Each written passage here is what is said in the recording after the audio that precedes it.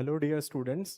चलो, तो आज हम इस क्वेश्चन को पूरी तरीके से सॉल्व करेंगे। ठीक है। ये क्वेश्चन आपकी एनसीईआरटी टेक्स्ट बुक का है, चैप्टर एंड में दिया हुआ है इन करंट इलेक्ट्रिसिटी। ठीक है। अब इस क्वेश्चन में क्या कहा गया है कि डिटरमाइन करो कि करंट कितना फ्लो हो रहा होगा हर एक ब्रांच के अंदर। अब देखने पर तो ऐसा लगता है कि ये एक विडस्टोन ब्रिज है, लेकिन अब ये बैलेंसिंग कंडीशन में है या नहीं, पहले तो हमें ये समझना होगा। ठीक है। उसके लिए हमें पता है कि बैलेंसिंग कंडीशन में क्या होता है, पी अपॉन क्यू किसके बराबर होता है बेटा, आर अपॉन एस के बराबर होता है। तो पहले हम चेक कर लेते हैं कि क्या P upon Q R upon S के बराबर है या नहीं है। ठीक है। अब देखो यहाँ पर पी क्या दिया है, 10। क्यू की वैल्यू कितनी है बेटा, 5। ऐसे ही आर की वैल्यू 5 है और एस की वैल्यू कितनी है बेटा, 10 है। अगर हम इनका रेशो ले तो हमारे सामने आंसर आता है 2/1 इज इक्वल टू 1/2, जो कि इक्वल नहीं है। इसका मतलब ये जो वेडस्टोन ब्रिज है ये अभी तो बैलेंसिंग कंडीशन में नहीं है। अगर ये बैलेंसिंग कंडीशन में होता तो ये जो ब्रांच हमें दिख रही है जो बी से, मान लीजिए इस पॉइंट का नाम डी है, बी से डी जा रही है, उसमें करंट क्या हो जाता, जीरो हो जाता। और हम ये रेजिस्टेंस यहाँ से हटा देते और फिर हम इसे simply series and parallel combination बनाकर सॉल्व कर सकते थे और हम हर ब्रांच में करंट निकाल लेते। लेकिन अभी अब प्रॉब्लम क्या क्रिएट हो गई है कि ये ब्रिज बैलेंसिंग कंडीशन पर नहीं है। इसका मतलब बी से डी ब्रांच में करंट जीरो नहीं हो सकता। तो अब सबसे पहले हमें यही समझना होगा कि हम यहाँ पर क्या क्या करंट अज्यूम करेंगे और कैसे हम बी से डी में करंट कैलकुलेट करेंगे। ठीक है। वो कैलकुलेट करने के लिए अब हमें केसीएल एंड केवीएल का क्या करना होगा, यूज करना होगा। तो चलिए शुरू करते हैं। अब केसीएल या फिर केवीएल अप्लाई करने के लिए हम क्या करेंगे, सबसे पहले इस बैटरी के टर्मिनल से करंट आएगा, ये तो हमें पता है ना। अब प्लस से करंट आएगा, माइनस पर आकर करंट खत्म हो जाएगा। हमें एक लूप फॉर्म करनी होगी करंट की। ठीक है। उसके लिए हमें कुछ वेरिएबल्स मानने पड़ेंगे। अब एक बात हमें यहाँ पे समझना है कि हम जो भी वेरिएबल्स यहाँ पे लेने वाले हैं वो वेरिएबल कम से कम हो, ताकि हम मिनिमम इक्वेशन बनाकर जितना आसानी से इक्वेशन सॉल्व कर सकते हैं कर ले। लेकिन अब देखना यह है कि हम कितने वेरिएबल्स यहाँ पर मिनिमम यूज होंगे। चलिए, अब जो भी करंट हम यहाँ से अज्यूम करेंगे बैटरी के प्लस वाले टर्मिनल से, हमें एक बात अच्छे से पता है कि जब ये करंट ए पॉइंट पर आएगा तो ये करंट दो भाग में क्या होगा, है ना, ब्रेक होगा बेटा। एक करंट ऊपर जाएगा, एक करंट का हिस्सा कहाँ जाएगा, नीचे की तरफ जाएगा। तो हम क्या करते हैं, मान लेते हैं कि यहाँ पर ए की तरफ जो करंट जा रहा है वो I1 है, नीचे की तरफ जो करंट जा रहा है वो क्या मान लेते हैं, I2 मान लेते हैं। अब जैसे मैंने करंट I1 एंड I2 माना है, तो बैटरी से कितना करंट आया होगा, तो हम सिंपली लिख सकते हैं I1 प्लस I2। क्यों? क्योंकि केसीएल हमने इस पॉइंट पे अप्लाई कर लिया कि जितना करंट गया है उतना ही करंट आया भी होगा, ताकि हम वेरिएबल को कम से कम रख सके। नहीं तो अगर मैं यहाँ करंट आई अज्यूम कर लूंगा तो फिर यहाँ पर तीन वेरिएबल ऑलरेडी क्रिएट हो जाएंगे, एक आई हो जाएगा, एक I1 हो जाएगा और एक I2 हो जाएगा ना। अब आगे देखते हैं। अब जैसे I1 करंट ऊपर की तरफ जा रहा है और I2 तरफ I2 करंट जो है नीचे की तरफ जाएगा। अब I1 जब बी पॉइंट पे पहुंचेगा तो अगेन I1 क्या होगा, स्प्लिट होगा बेटा दो ब्रांच में, एक बी से सी और एक बी से डी की तरफ। ठीक है। तो अब मान लेते हैं कि I1 जो करंट है जब वो स्प्लिट हुआ तो नीचे की तरफ करंट जा रहा है I3। ओके। अब जो करंट बचा वो कहाँ से जाएगा, बी से सी की तरफ जाएगा। ठीक है। तो चूंकि I1 आया, I3 नीचे की तरफ चले गया, तो कितना करंट बचा बेटा, I1 माइनस I3। अब देखो, बहुत सारे स्टूडेंट्स क्या करते हैं, ये अजम्पशन भी कर सकते हैं कि I2 जैसे आया तो हम I2 से I3 ऊपर की तरफ भेज देते हैं और बचा हुआ current I2 minus I3 D से सी पहुंचा सकते थे। ये भी अजम्पशन करेक्ट है, क्योंकि अभी हमें पता नहीं है कि जो करंट है वो बी से डी फ्लो हो रहा है या फिर डी से बी फ्लो हो रहा है ना। तो हम कोई भी अजम्पशन ले सकते हैं। अगर हमारा अजम्पशन गलत होता है कुछ नहीं होगा, सिर्फ आंसर नेगेटिव आ जाएगा, बाकी मैग्नीट्यूड वाइज वैल्यू जो है वो उसकी सही आएगी। ओके। तो जैसे यहाँ से I3 करंट नीचे आया, I2 करंट ए से डी की तरफ आया। ठीक है।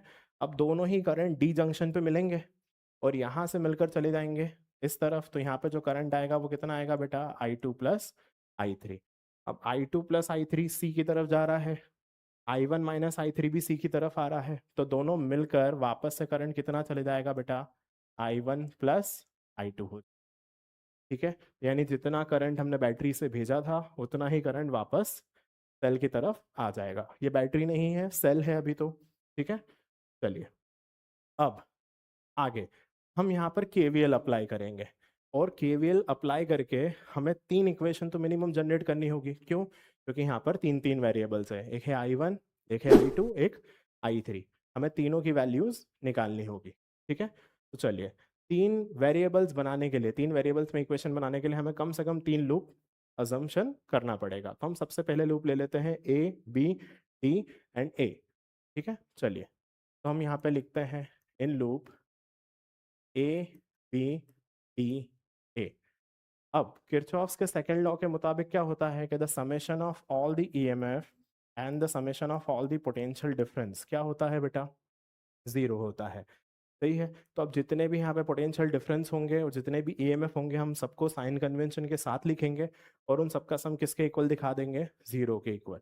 अब मैं बच्चों को सिर्फ दो ही रूल्स बताता हूँ ताकि उनके लिए काफ़ी आसान रहे, और वो रूल से वो फटाफट इक्वेशन लिख ले और सॉल्व कर ले, है ना। पोटेंशियल डिफरेंस के लिए मैं सबसे पहले आपको एक रूल बताता हूँ, ध्यान से समझिएगा। अब पोटेंशियल डिफरेंस हम सभी को पता है, हम इसको किसके इक्वल लिखते हैं बेटा? करंट इनटू रेजिस्टेंस के इक्वल लिखते हैं अकॉर्डिंग टू ओम्स लॉ। ठीक है, अब देखो हमने लूप क्या ली है? A, B, D, A। ठीक है, हम ए से चलना स्टार्ट करते हैं। ए से जब हम बी जा रहे हैं तो एक पोटेंशियल डिफरेंस आएगा, पोटेंशियल में ड्रॉप आएगा। क्यों? क्योंकि यहाँ पर रेजिस्टेंस भी है और करंट भी है, यानी 10 × I1। ठीक है, अब साइन कन्वेंशन काफी सिंपल है। अगर आप करंट के साथ चलते हो तो आप पोटेंशियल डिफरेंस को नेगेटिव ले लोगे, और करंट के अपोजिट चलते हो तो पोटेंशियल डिफरेंस को क्या ले लोगे? पॉजिटिव ले लोगे। ठीक है, चलिए तो चूंकि मैं करंट के साथ चले गया तो ये नेगेटिव हो गया। इसके बाद अब मैं बी से डी जा रहा हूँ तो क्या आएगा? 5 × I3 आएगा। ठीक है, करंट इनटू रेजिस्टेंस, ये भी नेगेटिव हो जाएगा। इसके बाद मैं डी से ए जा रहा हूँ। ठीक है, 5 × I2 आएगा, पर चूंकि मैं करंट की अपोजिट डायरेक्शन में चले गया डी से ए, तो ये क्या हो जाएगा बेटा? पॉजिटिव हो जाएगा। ठीक है, चलिए अब यहाँ पर हम इस इक्वेशन को -5 से डिवाइड कर लेते हैं ताकि हम इसको थोड़ा सिंपल फॉर्म में ले आए। -5 से डिवाइड करने पे आएगा 2I1 -I2 +I3 is equal to 0। ये हमारी पहली इक्वेशन। ठीक है, अब दूसरी इक्वेशन बनाने के लिए हम एक और लूप ले लेते हैं, B, C, D, B। ठीक है, तो हम यहाँ लिखते हैं in loop B, C, D, B।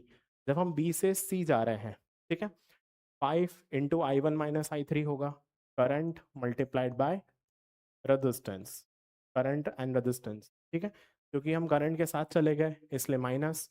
फिर सेम वे में सी से जब डी गए तो 10 × I2 प्लस क्या आएगा बेटा? I3 आएगा। ये प्लस में चले जाएगा क्योंकि हम करंट के अपोजिट डायरेक्शन में चले गए। डी से बी गए तो क्या आएगा बेटा? 5 × I3। ये भी प्लस में ही आएगा। क्यों? क्योंकि हम अगेन करंट के अपोजिट डायरेक्शन में चले गए। नाउ अब इस पूरी इक्वेशन को हम I1, I2, I3 में ले आते हैं। चलिए देखिए, सबसे पहले आएगा -5I1, उसके बाद I2 देखो सिर्फ एक ही है विच इज 10I2, एंड फिर I3 देखो, ये देखो +5I3, 10I3 15 हो गए, और ये 5 और हो गए तो 20I3, and this is equal to 0। अगेन हम -5 से डिवाइड कर लेते हैं, तो यहाँ I1 -2I2 -4I3, this must be equal to 0। This is our equation number second. ठीक है, अब थर्ड लूप बनाने के लिए काम करते हैं, हम यहाँ पर दो पॉइंट्स अज्यूम कर लेते हैं, ए एंड एफ। ओके, चलो अब हम यहाँ पर लूप ले लेते हैं, third loop. In loop A, B, C, F, E, A।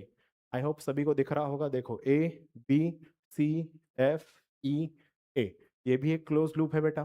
ठीक है, इस क्लोज लूप में भी हम केवीएल की इक्वेशन लगा लेते हैं। चलो ए से बी गए, 10 × I1, क्योंकि हम करंट के साथ है तो negative. Next 5 × I1 - I3, again हम करंट के साथ चले गए तो भी माइनस आएगा। नेक्स्ट इज, अब हम सी तक तो पहुंच गए, सी से एफ तक कुछ भी नहीं है। जब हम एफ से ई जा रहे हैं तो हमारा सामना दो चीज़ों से होगा, पहले तो एक सेल है और फिर एक रेजिस्टेंस है। रेजिस्टेंस तो काफ़ी सिंपल तरीके से हम लिख सकते हैं बेटा, माइनस का 10 टाइम्स I1 + I2, क्योंकि यहाँ से जो करंट फ्लो हो रहा है वो I1 + I2 है। और हम करंट की डायरेक्शन में चले जाएंगे, एफ से जब हम ई जा रहे हैं। लेकिन अब आया ईएमएफ। ठीक है, पोटेंशियल डिफरेंस का साइन कन्वेंशन आई होप सभी को क्लियर होगा कि हम करंट के साथ चले तो पोटेंशियल डिफरेंस नेगेटिव लेना है, करंट के अपोजिट चलो तो पॉजिटिव लेना है।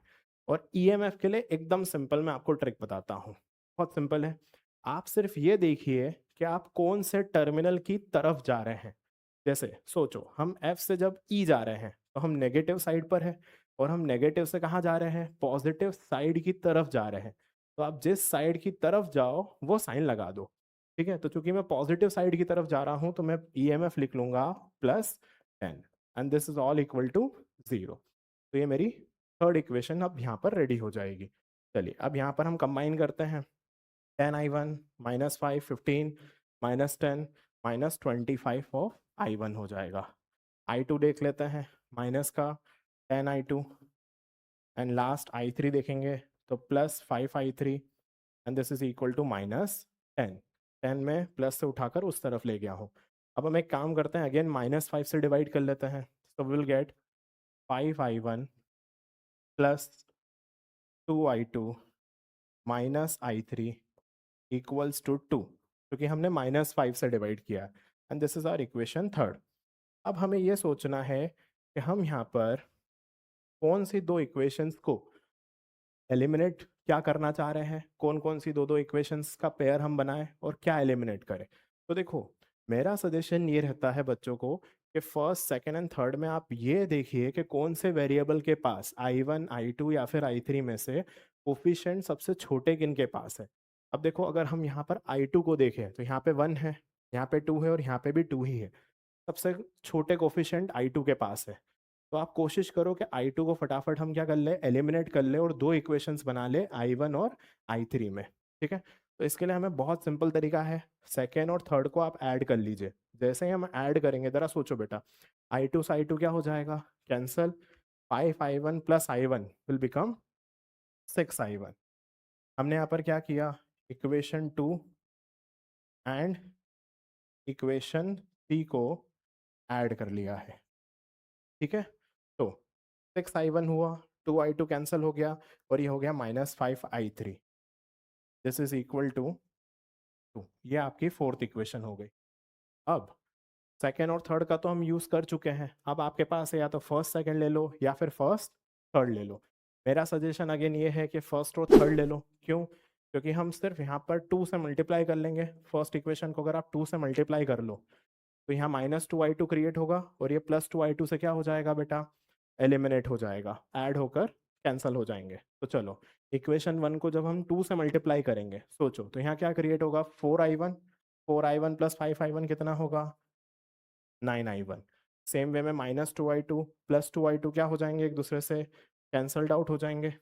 लास्ट 2i3 -i3, क्या बचेगा, केवल i3, and this is equal to 2 आएगा। ठीक है, एंड ये आपकी इक्वेशन फिफ्थ हो गई। ओके, अब ये दोनों इक्वेशन में i3 एलिमिनेट कर लो फटाफट से, है ना। क्या करना है, fourth equation as it is रहने दो, फिफ्थ इक्वेशन में 5 से मल्टीप्लाई करो और ऐड कर लो। चलिए, तो 6i1 -5i3 is equal to 2। ये मैंने फोर्थ इक्वेशन वापस से लिख दी। फिफ्थ इक्वेशन में हम 5 से मल्टीप्लाई कर लेते हैं, तो 9 5 45i1 +5i3 इक्वल्स टू कितना हो जाएगा, 10 हो जाएगा। जैसे ही हम इन्हें ऐड करेंगे, क्या आएगा हमारे सामने answer, 51 of i1 is equal to 12। अब ये 3 से कैंसिल हो सकता है, ये 17 times, and this will be 4 times. तो i1 आ जाता है 4/17 ऑफ एम्पियर्स। ये आपका i1 यहाँ से कैलकुलेट हो गया। अब हमें आगे क्या कैलकुलेट करना है बेटा, i2 भी कैलकुलेट करना है और i3 भी। चलो, तो एक काम करते हैं, i1 की वैल्यू हम इक्वेशन फिफ्थ में रख लेते हैं। ठीक है, चलो ध्यान से लिखिएगा। फिफ्थ इक्वेशन है 9i1 + i3 is equal to 2। i1 की वैल्यू हम यहाँ रखेंगे 4/17 + i3 इज इक्वल टू 2। ये कितना होगा बेटा, 36/17। उस तरफ जाएगा तो क्या हो जाएगा, 2 - 36/17। अगर हम यहाँ से सॉल्व करें तो i3 कितना आ जाएगा बेटा, -2/17 ऑफ एम्पियर। एलसीएम लेने के बाद। अब देखो मेरा i3 यहाँ पर नेगेटिव आ गया। अब ये नेगेटिव कैसे हो सकता है, करंट की वैल्यू तो नेगेटिव नहीं हो सकती, पर ये नेगेटिव आंसर सही है। ठीक है, वैल्यू वाइज ये बिल्कुल एक्यूरेट है। बस नेगेटिव क्यों आ रहा है, क्योंकि मेरा जो अजम्पशन था वो ये था कि मैंने करंट बी से डी की तरफ माना है। एक्चुअल में करंट की डायरेक्शन डी से कहाँ है बेटा, बी की तरफ है। तो ये हमें क्वेश्चन के पहले तो पता नहीं चलेगा, ठीक है, हमें तो अजम्पशन करना ही होगा, इसलिए हमने अज्यूम कर लिया था। लेकिन जैसे ही हमारा आंसर आया तो आंसर मैथमेटिकली या मैग्नीट्यूड वाइज क्या है, करेक्ट है, लेकिन डायरेक्शन वाइज क्या है, वो भी गलत है। ठीक है, तो जब मैं अभी आपको टोटल आंसर बताऊंगा तब हम उसे है ना चेंज कर देंगे। ठीक है, चलो अब हम आई टू निकालते हैं। अब हमारे पास आई वन भी है, आई थ्री भी है, तो हम फर्स्ट इक्वेशन का यूज कर लेते हैं। ठीक है, फर्स्ट इक्वेशन है 2i1 minus I two plus I three is equal to 0। सही है, ठीक है।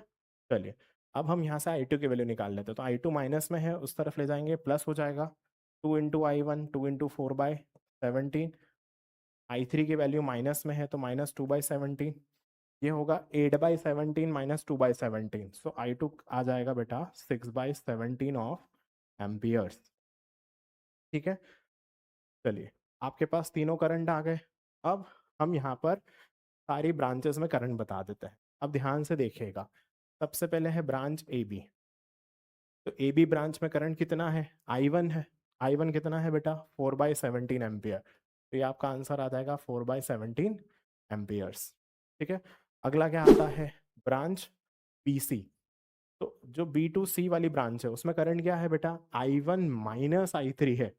I1 तो है 4/17, पर I3 क्या है, -2/17 है। साइन के साथ ही रखना, तो माइनस माइनस क्या हो जाएगा, प्लस हो जाएगा। तो ये 4 एंड 2/17 ऐड करो तो कितना होगा, 6/17 ऑफ एम्पियर। ये आंसर आएगा। नेक्स्ट जैसे एडी ब्रांच है, एडी ब्रांच में करंट कितना है, I2 है, तो I2 खुद भी कितना आया है, 6/17 एम्पियर आया है। ये एडी का आंसर हो गया। नेक्स्ट है बीडी ब्रांच। तो हमें लिखना होगा कि बीडी ब्रांच में करंट बी से डी नहीं है, डी से क्या है, बी की तरफ है। तो डी बी, और करंट कितना लिख देंगे हम, 2/17 ऑफ एम्पियर। लास्ट बचता है D2C। तो I2 प्लस I3 है, I2 की वैल्यू कितनी थी, 6/17, और I3 की वैल्यू -2/17 आई है। तो 6/17 और -2/17 को, है ना, जब हम ऐड करेंगे तो D से C कितना आएगा बेटा, 6/17 -2/17 will give you 4/17 of ampere. तो ये हमने पांचों ब्रांचेस में करंट निकाल लिया है। ठीक है, एक बार आप इसका स्क्रीनशॉट ले लीजिए। ले लिया, अब इसका भी स्क्रीनशॉट ले लो आप। डन। अब देखो, कभी कभार ये क्वेश्चन भी आ जाता है बोर्ड एग्जाम में स्पेशली, कि इस नेटवर्क का रेजिस्टेंस बताओ या इस पूरे सर्किट का रेजिस्टेंस क्या होगा वो बताओ। और ये भी पूछा जा सकता है कि इस सेल से टोटल करंट कितना आया है वो भी हमें बताइए। तो अब देखो बहुत सिंपल है। सबसे पहले तो टोटल करंट कैसे निकालेंगे, तो बैटरी से हमने टोटल करंट क्या माना है बेटा, I1 प्लस I2 अज्यूम करा है, क्योंकि I3 तो हमने हमारे मन से, है ना, वहां पे ब्रेक किया था I1 को। ठीक है, मतलब I3 जो है वो I1 या फिर I2 से आया होगा, लेकिन जो सेल से जो करंट निकला है वो केवल क्या है, I1 प्लस I2 है। ठीक है, चलिए, तो टोटल करंट अगर मुझे चाहिए तो टोटल करंट जो होगा सेल से वो आएगा I1 प्लस I2। I1 है बेटा 4/17, I2 है 6/17। तो I टोटल जो है, मैं इसे IT लिख रहा हूँ, तो this comes out to be 10/17 of ampere. इसका मतलब आपको पता चल गया कि सेल से जो टोटल करंट आ रहा है वो कितना है, 10/17 ऑफ एम्पियर है। ठीक है, इसके बाद एक क्वेश्चन ये आ जाता है कि इस पूरे नेटवर्क का पूरे टोटल क्या आर इक्विवेलेंट क्या होगा। काफी सिंपल है, चलो देखो, हम मान लेते हैं कि हमारे पास एक 10 वोल्ट का सेल था, पूरा एक आर इक्विवेलेंट हम अज्यूम कर लेते हैं, हमें पता नहीं है आर इक्विवेलेंट क्या है, लेकिन हमें ये तो पता है कि पूरे सेल से जो करंट है, टोटल करंट वो कितना आ रहा है बेटा, 10/17 एम्पियर आ रहा है। ठीक है, तो हम पूरे नेटवर्क का, पूरे सर्किट का आर इक्विवेलेंट निकाल सकते हैं। ठीक है, तो आर इक्विवेलेंट के लिए हम क्या लिखेंगे, total voltage upon total current. ठीक है, according to Ohm's law. Voltage क्या है बेटा, 10 है, करंट कितना है, 10/17। तो ये 17 ऊपर चले जाएगा, 10 से 10 क्या हो जाएगा, कैंसल्ड आउट। तो पूरे सर्किट का टोटल रेजिस्टेंस कितना है, 17 ओम है। अब एक और क्वेश्चन यहाँ पर आ जाता है, बहुत ही बेसिक सा क्वेश्चन है ना। वो क्वेश्चन ये है कि जैसे ये 10 ओम तो हमें पता है बाहर से लगा हुआ है, इन पांचों रेजिस्टेंस का इक्विवेलेंट क्या होगा, ये भी कभी कभार क्वेश्चन पूछा जा चुका है। तो इसे भी काफी सिंपल तरीके से हम निकाल सकते हैं। देखो अगेन हम उस सर्किट को थोड़ा सा रिफॉर्म करते हैं। मैं मान लेता हूं कि जो भी पांचों रेजिस्टेंस का इक्विवेलेंट होगा वो क्या है, आर है ना। उसमें 10 ओम तो पहले से ही जुड़ा हुआ है ना, 10 वोल्ट का सेल भी है, ठीक है। चलिए अब यहाँ पर मुझे आर कैलकुलेट करना है, जो उन पांचों रेजिस्टेंस का क्या है, इक्विवेलेंट है। तो मुझे आर इक्विवेलेंट तो पहले से ही पता है पूरे नेटवर्क का, सही है। तो चलो मैं क्या लिखूंगा, R equivalent is equal to, इस सर्किट के लिए मुझे दिख रहा है कि आर और 10 क्या है, सीरीज में है, हाँ या ना। तो मैं R+10 लिख सकता हूँ, यानी पूरे सर्किट का आर इक्विवेलेंट R+10 के क्या होगा, इक्वल होना चाहिए, सही है। अब आर इक्विवेलेंट मैंने पहले ही निकाल लिया है, पूरे सर्किट का 17 है। आर मुझे नहीं पता, उन पांचों रेजिस्टेंस का जो इक्विवेलेंट है वो मुझे पता नहीं है, +10 जो अलग से लगा हुआ है वो अलग है। तो R इज इक्वल टू 17 - 10 करेंगे तो कितना आएगा बेटा, 7 ओम आएगा। इसका मतलब उन पांचों रेजिस्टेंस का इक्विवेलेंट रेजिस्टेंस कितना हुआ, 7 ओम हो। आई होप ये क्वेश्चन आपको अच्छे से समझ आया होगा। Okay, thank you so much.